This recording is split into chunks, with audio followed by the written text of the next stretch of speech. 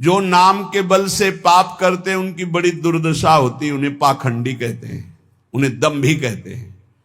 और जिन्होंने जाना कि मेरे से पाप हो गए, अब कैसे निराकरण हो, कैसे हम इनसे मुक्त हो, और भगवान का भक्त मिल गया और नाम महिमा सुनी, धाम महिमा सुनी और लग गए भगवान के नाम में, तो निष्पाप होकर महात्मा बन गए, भगवान को प्राप्त हो गए। ये सिद्धांत है। ऐसी महिमा नाम की जारी करे सब छार। चाहे जितने बड़े बीमार हो, चाहे जितनी बड़ी परेशानी हो, नाम जप करके देखो, सब परेशानी शांत हो जाएगी। एक अलौकिक आनंद रहेगा। भारी से भारी दुख में, भारी से भारी रोग में एक अंदर एक अलौकिक स्थान है, जहां बैठ जाओ तो एकदम वातानुकूलित कक्ष, सम, न दुख न सुख, न लाभ न हानि, न हर्ष न शोक, न जन्म न मृत्यु। नाम जब से वो दरवाजा खुलता है, अंदर ही है। उसी में बड़े बड़े संत जन आराम करते, आनंद से पड़े रहते। सोवत पाव पसार, काहू के बल भजन को काहू के आचार, व्यास भरोसे कुंवर के, वहां सोवत पाव पसार। वो कमरा है अंदर एक आत्मस्वरूप, जिसमें शम है, शम, कोई भी क्षमता नहीं, वो नाम से खुलता है। जितना नाम जप करोगे उसी में मस्ती रहती है। हर समय निश्चिंत, निशुक, निर्भय, एक अपार आनंद। नाम संकट में लो लाइए, दूरी करे सब व्याधि। जिसको भी कष्ट है, इसीलिए कह रहे हैं बात को समझो। ये जंतुर मंतुर, ये कलावा, ये सब तुम्हारे दुखों को दूर नहीं कर पाएंगे। ये सब प्राकृतिक हैं, विचार करके देखो, ये सब प्रकृति से बने हुए हैं। तुम परमात्मा के अंश हो, तुम्हें एक भ्रम हो गया है। परमात्मा अंश जब प्रकृति से सुख भोगने की इच्छा करता है तो अशांत हो जाता है। इस अशांति को ज्ञान के द्वारा नष्ट करना है, भजन के द्वारा नष्ट करना है। ये सब कुछ नहीं होने वाला, इनसे कुछ नहीं होने वाला। जैसे मैं मर रहा हूं अपने श्रवण कुमार के वियोग में, ऐसे अपने पुत्र के वियोग में मरेगा, ऐसा बोला था श्रवण कुमार के माता पिता ने। ऐसा ही हुआ महाराज दशरथ जी को, हुआ ना। चल दिए जंतुर बांधने, तुम्हारे प्रारब्ध काट देंगे। इसी में सब फंसे हैं। एक लौंग ले आओ, खोट ले आओ, ये कर ले, और यहां महा राम नाम की औषधि करो, हृदय राखो याद, संकट में लो लाइए, दूरी करे सब व्याधि। हाँ, ये पक्की बात है। जा सुनाम भवभेष झरन घोर त्रिशूल, सोई कृपाल तो ही मोहि पर रहो सदा अनुकूल। ये बातें समझ में आती। गरुड़ जी महाराज के जंतुर बांध देते काकभूषुंड जी, जाओ तुम्हारा भ्रम ठीक हो जाए। नहीं, पूरी राम कथा सुनाई। ये है भ्रम दूर करने का, ये सब बवाल। अरे भाई, इतने बैच चल रहे हैं, इतने प्रोग्राम चल रहे हैं, हमें लगता है अस्पतालों में ताला लगवाना पड़ेगा, सब वहीं ठीक हो जाए। भैया काहे को औषधि, डॉक्टर पढ़ पढ़ के परेशान, पैसा लगा के इतनी डिग्रियां प्राप्त कर रहे हैं। ऐसे ही है, व्यर्थ में मत भ्रमित हो।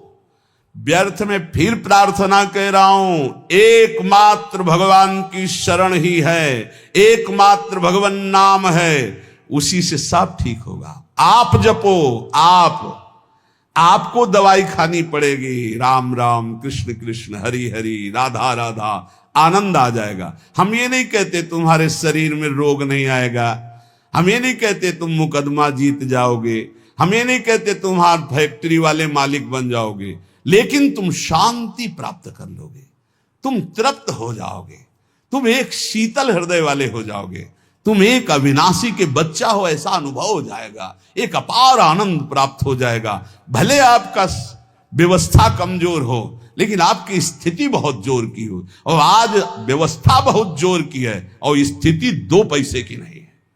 जहां देखो वहीं घुटने टेका पड़ा, चाहे काम हो, चाहे क्रोध हो, चाहे लोभ हो, चाहे मोह हो, चाहे मद हो, सब रौंदे फेंक के दे रहे। क्यों? क्योंकि भगवान का भरोसा नहीं।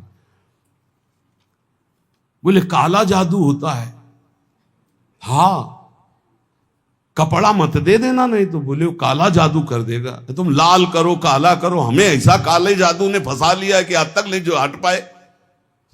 तुम्हारा काला जादू क्या करेगा? श्याम सुंदर से ज्यादा कोई काला जादू है? देखो उसका जादू, निमिष मात्र में अनंत ब्रह्मांड रच दिए, इतना बड़ा जादूगर है।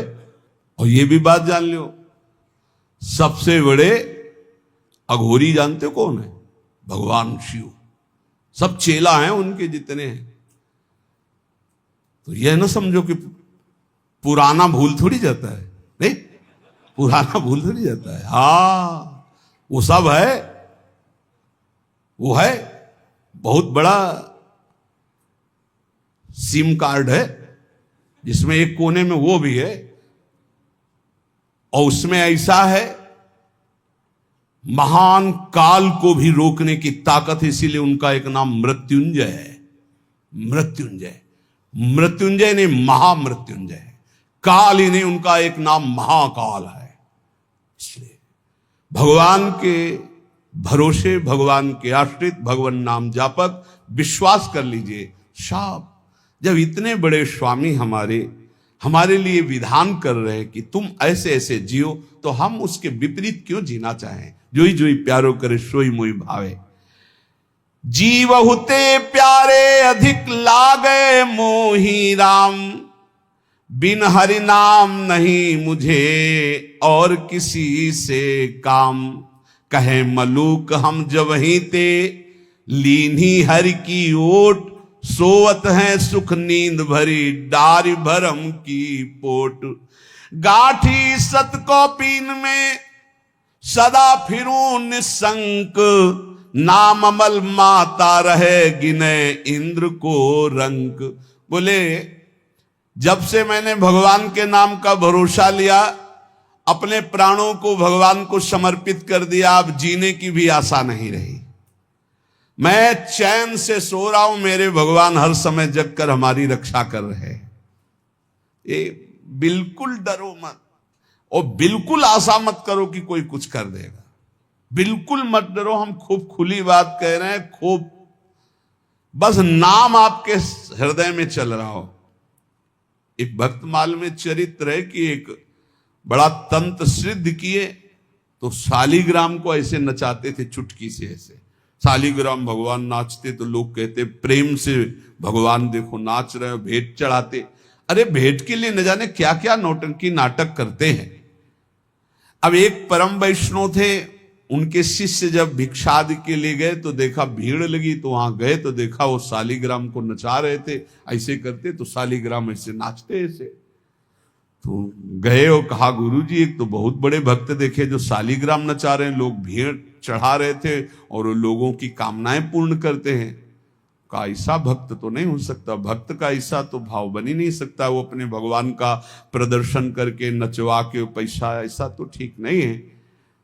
पर चलो भाई, जैसे भी भगवान जिसको, उन्होंने कहा नहीं गुरुजी, फिर आपको चलना होगा, अगर आप चलोगे तो लोगों की जो बुद्धि उसके प्रति आकर्षित हो रही, वो बेचारे सब मारे जाएंगे, उनकी पावन श्रद्धा व्यर्थ में ढोंग में क्यों फंसे, आप चलें। बोले हम चलेंगे तो उनका कोई भी नाटक नहीं चलेगा। बोले आपको चलना पड़ेगा गुरुदेव, सबकी रक्षा के लिए चलना पड़ेगा। अब वो गए तो वो प्रसिद्ध संत थे, बहुत लोग उनके साथ और चल दिए। जब वो गए तो उनका भाई हमारे गुरुजी आए, दिखाओ भाई शालिग्राम भगवान कैसे नाचते हैं। वो बाहर निकाल के लाए सजा के, वैसे कुछ नहीं, और वो कोई मंत्र तंत्र थोड़ी कर रहे हो, तो नाम जप कर रहे हैं भगवान का, कुछ नहीं। तुरंत उसने दृष्टि मिलाई, उसने कहा हमारी बेइज्जती का मतलब तुम समझते हो? उनका भैया हमने तो कुछ किया नहीं। बोले जाओ आज तुम रात तक देख लेना। और वो तांत्रिक मारण का मूठ का प्रयोग किया, मंत्र अनुष्ठान किया, पवित्र होके बैठ के एक खप्पर में ज्वाज्वल्यमान अग्नि, बस ये उल्टी में खून, सोच में खून, और उसमें समय निर्धारित किया जाता है 8 घंटे, 10 घंटे, 2 घंटे, 4 दिन, महीना, जितना उतने में मर जाएगा आदमी। ऐसा मंत्रों में पावर, उसने मूठ का प्रयोग किया।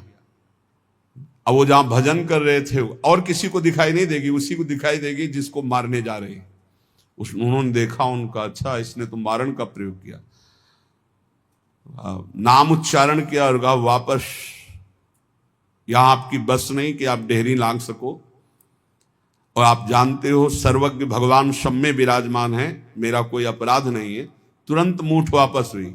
अब उसके वही सब शुरू हो गया, खून की उल्टी, खून की सौंच, ऐसे हाहाकार मच गया।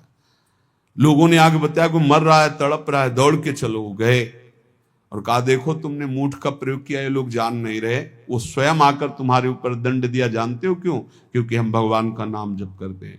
अगर आप नाम जप करना शुरू करने का वादा करो तो मैं बचा सकता हूं, अन्यथा आपकी मूठ आपको ही मार देगी। हाथ उठा के कहा मैं शरण में हूं, मेरी रक्षा कर लो। कुछ उनको मंत्र थोड़ी पढ़ना पड़ा, अपने आप सब शांत हो गए। भगवान की भक्ति की महिमा हो।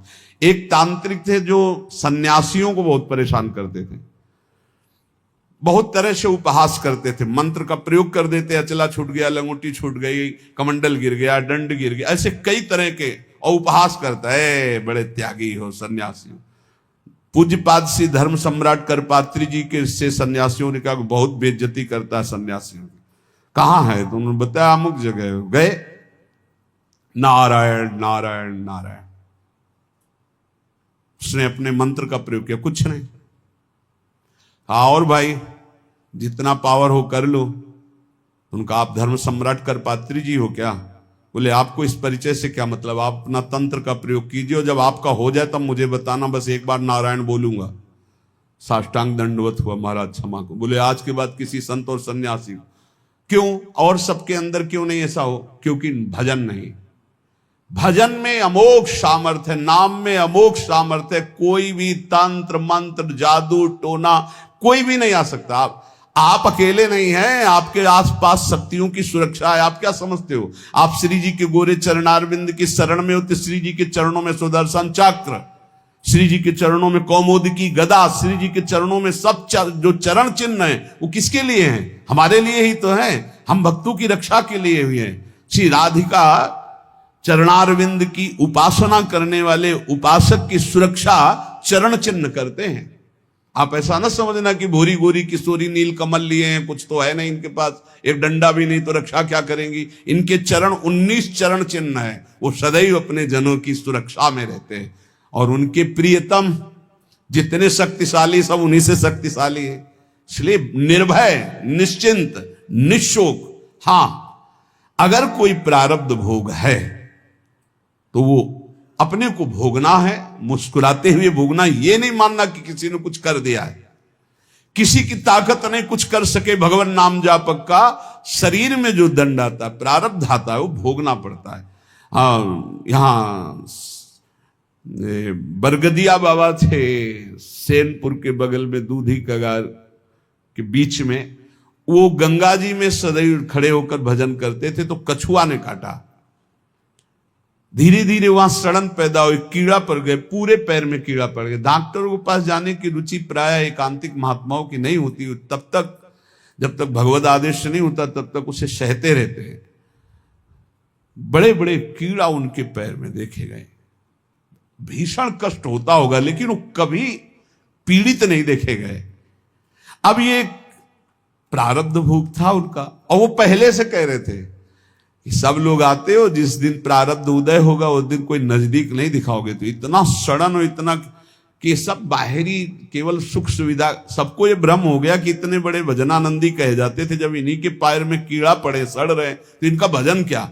वो सिद्ध पुरुष थे, वो केवल अपने प्रारब्ध शरीर का क्षय कर रहे थे। तो ये कोई ऐसा ना सोचे कि किसी के ऊपर कोई अपना प्रभाव दिखा दे। ये उन्हीं के ऊपर दिखा सकता है जो भजनहीन है, भजन नहीं हो रहा। अगर भजन करोगे तो किसी की भी ताकत नहीं है कि आपको दुख पहुंचा सके। करे भक्ति भगवंत की और करे कबहु नहीं चूक, तो हरि रस में साचो रहे ये साची भक्ति मलूक। यदि सच्चे भाव से चलोगे, भगवान की भक्ति करोगे, नाम जप करोगे, तो हर समय भगवान की सुरक्षा बनी रहेगी, आपके ऊपर भागवतिक सुरक्षा बनी रहेगी। ये अनुभव होता है हर समय भगवान की सुरक्षा का।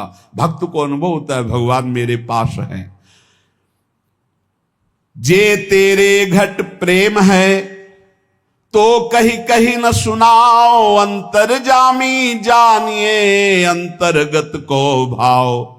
सुमिरन ऐसा कीजिए दूजा लखे न कोय, ओठ न फरकत देखिए, प्रेम राखिए गोय। ऐसा भगवान का भजन करो कि ओठ भी फड़कने न पावे, अंदर ही अंदर नाम चले, कोई जान न पावे तुम कितना नाम जप करते हो। अंतर्यामी भगवान का यदि चिंतन कर रहे हो तो किसी को बताने की, दिखाने की, जताने की जरूरत नहीं। और जब आप ऐसे भजन करोगे तो जहां जहां बच्चा फिरे तहां तहां फिरे जुगाए, कहे मलूक जहां संत जन तहां रमैया जाए। जैसे बछड़ा जहां जहां जाता गाय रंभाती जाती, ऐसे जहां भक्त चरण रखता वहीं भगवान होते हैं आसपास। चिंता करने की जरूरत नहीं है। माला जपो न कर जपो, जिभ्या जपो न राम, ये उनका विश्राम पद है, उनका स्वयं का विश्राम स्थान है ये दोहा उनका। माला जपो न कर जपो, जिभ्या जपो न राम, सुमिरन मेरा हरि करे मैं पाया विश्राम। ये स्थिति है, ये स्थिति, ये स्थिति है। ना हाथ से माला जपता हूं, ना जबान से नाम जप करता हूं। माला जपो न कर जपो, जिभ्या जपो न राम, सुमिरन मेरा हरि करे मैं पाया विश्राम। मैं खो गया हरि में, अब हरि ही स्मृति बन करके चल रहे, मैं हरि स्मृति। स्मृति के अभिमान का भी त्याग जो है वो ये स्थिति है। ये तुम न शुरू कर देना हा कि न माला जपू न कर जपू न जिभ्या जपू, अब मेरा हरि सुमिरन कर रहा है, ऐसा स्थिति की बात है। प्राय ये बातें ज्यादा पकड़ी जाती सिद्धावस्था वाली, कि जैसे उसमें लिखा ना सुधा निधि में, लिखंति भुजमूल तो न खलु शंख चक्रादिकम विचित्र हरि मंदिरम। तो एक साधक मिले, अन्य कहीं से जुड़े, तो श्री हरिवंश ने कहा आज तिलक रचना नहीं, उसकी जरूरत नहीं। अच्छा सुधा निधि नहीं पढ़े आप? हम कहा जी, वो लिखंति भुजमूल तो न खलु शंख चक्रादिकम। उनका हरिवंश महाप्रभु से बढ़कर, महाप्रभु तिलक लगाते हैं, राधा वल्लभ जी तिलक लगाते हैं, गुरु जी तिलक लगाते हैं। श्लोक याद है तुम्हें, और उनके स्वरूप को नहीं याद है कि स्वयं आचार्य तिलक लगाते, इष्ट तिलक लगाते, गुरुदेव तिलक ये सिद्धावस्था बहुत जल्दी पकड़ी जाती है। क्या सुना? बोले माला जपो न कर जपो, जिभ्या जपो न राम, लेकिन हर समय जपता रहूं विषयों को अभिराम। बड़े शोभा में है भोग, बड़े शोभा, इनका चिंतन। ये कहा है स्मृति की, स्मृति का भी त्याग, मैं स्मृति कर रहा हूं इसका भी त्याग। अखंड स्मृति चल रही, माला जपो न कर जपो, जिभ्या जपो न राम, सुमिरन मेरा हरि करे मैं पाया विश्राम। मेरा हरि सुमिरन करे मैं विश्राम को प्राप्त हो गया। भगवान श्री कृष्णचंद्र जी महाराज अर्जुन जी से करुणा करके उपदेश कर रहे हैं। गेयः यह स नित्य सन्यासी, वही नित्य सन्यासी है। अपने लोगों ने सन्यास शब्द से समझ लिया है कि जो दंड ले लेता है, जो घर बार त्याग कर देता है, जो लाल कपड़ा पहन लेता है या जो पीले कपड़ा पहन लेता है, वही सन्यासी होता है। भगवान यहां सन्यासी की परिभाषा कह रहे, गेयः स नित्य सन्यासी, यो न द्वेष्टि न कांक्षति, निर्द्वंदो ही महाबाहो, सुखम बंधात प्रमुच्यते। हे महाबाहो, हे विशाल भुजाओं वाले, या जिनके बड़े महान होते हैं, गुरु या बड़े भ्राता। तो दोनों अर्जुन के बड़े महान हैं। भ्राता धर्मराज युधिष्ठिर हैं, गुरु जगत गुरु भगवान श्री कृष्ण है। इसलिए भगवान ने अर्जुन को कहा महाबाहो, तुम महाबलवान हो, तुम ऐसा कर सकते हो। क्या? किसी से द्वेष नहीं करना। सन्यासी कौन? ना द्वेष्टि न कांक्षति, ना किसी से राग है, ना किसी से द्वेष है, और ना कोई चाह रह गई है। यह है कसौटी। पूज्य श्री सद्गुरुदेव भगवान जो बाल्यावस्था में स्वीकार किए थे, जिनकी पहली बार संसार से निकलकर शरण में हुए, वही अंतिम तक ले चल रहे हैं, विविध रूप परिवर्तन करते हुए। उनका स्वभाव था फलाहार करते थे एक बार 24 घंटे में, और नारियल का खप्पर था। अब जैसे कोई भिक्षा लाया, आलू घिया ऐसे उबाल के, ऐसे नमक नहीं, बड़े कड़े नियम उनके सन्यास के थे। खप्पर ऐसे स्वामी जी डालें, खप्पर पलट गया नहीं।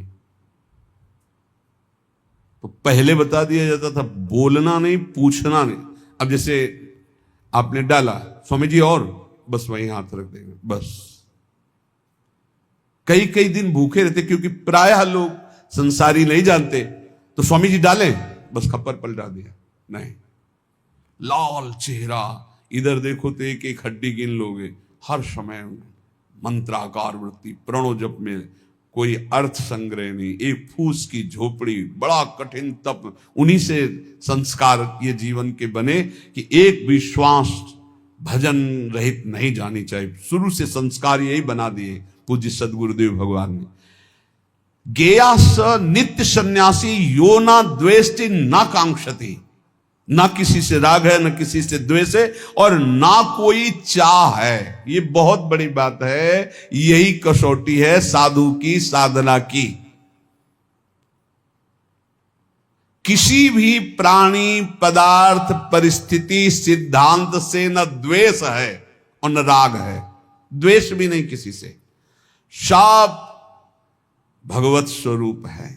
ये सब मलिन अंताकरण, ये वो इनका उनका, ये धर्म वो मजहब ये मजहब, सब एक ही है। हम सब परमात्मा के अंश, सब पूरा विश्व, हम सब परमात्मा स्वरूप ही हैं। अपने स्वरूप को भूलकर राग द्वेष में फंस गए, यही दुर्गति का कारण है। कोई अलग नहीं, कोई अलग नहीं, पूरे विश्व में कोई अलग नहीं। आप किसी महापुरुष की वाणी पढ़ के देखो, चाहे किसी भी धर्म के किसी भी महापुरुष की वाणी पढ़ के देखना, और उसका सही अर्थ निकालने के लिए पावन बुद्धि होनी चाहिए। नहीं तो आप धर्म ग्रंथों का अर्थ गलत कर देंगे तो उनका आदेश गलत आपको समझ में आने लगेगा। धर्म ग्रंथ सर्वहित सर्व मंगलमय है। जो लिखा हुआ है, जैसे अपने यहां लिखा हुआ है, आताताई को मार देना चाहिए। भगवान श्री कृष्णचंद्र जी अर्जुन को कह रहे हैं, जिस समय अश्वत्थामा ने 5 ब्रह्मास्त्र चलाए पांडवों के लिए और 1 ब्रह्मास्त्र गर्भस्थ शिशु के लिए, उसी समय कहा घोर आताताई गर्भस्थ शिशु को मारने के लिए ब्रह्मास्त्र का संधान, मार इसको, इस आताताई को बिल्कुल नहीं छोड़ना। और फिर क्या कहा, ब्राह्मणत्व से युक्त ब्रह्म ऋषि को कभी जान से नहीं मारना चाहिए, मेरी आज्ञा की पूर्ति की जाए। मारना भी है और मारना भी नहीं। ऐसा ही किया अर्जुन जी ने, मुंडन कराकर उनका ब्रह्म तेज छीन करके निष्कासित कर दिया, हो गया मारना, और जान से भी नहीं मारा। शास्त्रों की आज्ञा को समझना बड़ा कठिन।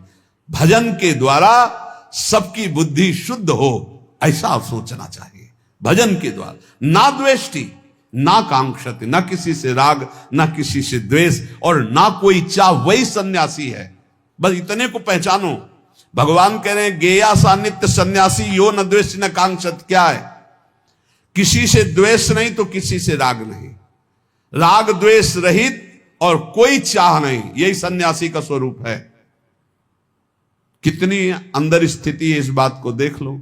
ये भजन बल से जागृत होगी, क्योंकि जितना भजन करोगे उतने ज्ञान होगा, और ज्ञान से दिखाई देता है कि शरीरों से राग होता है, शरीर की क्रियाओं से ही राग द्वेष की उत्पत्ति होती। अनुकूल क्रिया तो राग और प्रतिकूल क्रिया तो द्वेष। और जितनी चाह है वो सब शरीर को लेके होती, स्वरूप को लेके नहीं होती। अगर साधु होकर के कामना है कोई, किसी भी तरह की कोई कामना, वो अभी सन्यासी नहीं है। कोई भी कामना नहीं। ये जगत उद्धार की भी कामना नहीं होनी चाहिए। भैया जगत उद्धार नहीं होना है, अपना उद्धार होना है, अपनी दृष्टि बदलनी है। सर्वम खलमिदम ब्रह्म, किसका उद्धार करना है? अपनी दृष्टि का उद्धार करना है। जो किसी भी प्राणी पदार्थ परिस्थिति की कामना करता है, कांक्षति, वो सन्यासी नहीं। किसी भी प्राणी, पदार्थ, वस्तु, सिद्धांत, किसी भी मजहब से द्वेष करता है वो सन्यासी नहीं। किसी से भी द्वेष नहीं, किसी से भी चाह नहीं। निर्द्वंदो ही महाबाहो सुखम बंधात प्रमुच्यते। श्री भगवान कह रहे हैं साधना जब कोई साधक आरंभ करता है तो उसमें द्वंद्व रहता है। भोगों में सुख है कि भगवान में सुख है, यह प्रश्न बना रहता है साधक के अंदर। गुरुजनों की शरण में रहे तो बच जाएगा, नहीं तो बहुत ही खोखला हो जाता है। साधना के आरंभ में साधक के अंतःकरण में द्वंद्व रहता है। बहुत ध्यान से सुनना। आवश्यकता तो है हमें भगवत प्राप्ति की, लेकिन रुचि है हमारी भोगों में। इस रुचि के ऊपर शासन चाहिए, शासन। अगर शासन नहीं कर सकते आप, तो अपने आप को गुरुदेव के चरणों में समर्पित करके उनकी शास्त्र की आज्ञा के अनुसार शासन में बंध के रहे। और बिना इसके बंधे सामर्थ्य नहीं आती कि अपने आप को शासन में ले ले। नहीं तो आवश्यकता भगवान की, रुचि भोगों की है, सबकी आवश्यकता भगवान की है, रुचि भोगों की है। बस यही समस्या का समाधान नहीं हो पा रहा। साधना के आरंभ में साधक के हृदय में रहता है कि सत्संग करना, शास्त्र स्वाध्याय करना, विचार करना, नाम जप करना, ये परमात्मा प्राप्ति के लिए है। लेकिन वर्तमान में सुख भोगने के लिए जो मन इंद्रियां लालायित हो रही हैं, तो भोगई से सुख मिलेगा ना, ये द्वंद्व बना रहता है। बहुत सुंदर बात है और ये सबके अंदर बना रहता है। इसलिए साधक खूब भजन करना चाहता है, पर भोग और संग्रह को छोड़ना नहीं चाहता। भोग और संग्रह को छोड़ना नहीं चाहता। भजन से परमात्मा प्राप्ति, लेकिन जीने के लिए, सुखमय जीवन व्यतीत करने के लिए अच्छा खाना, भोगना, ये सब तो होना चाहिए।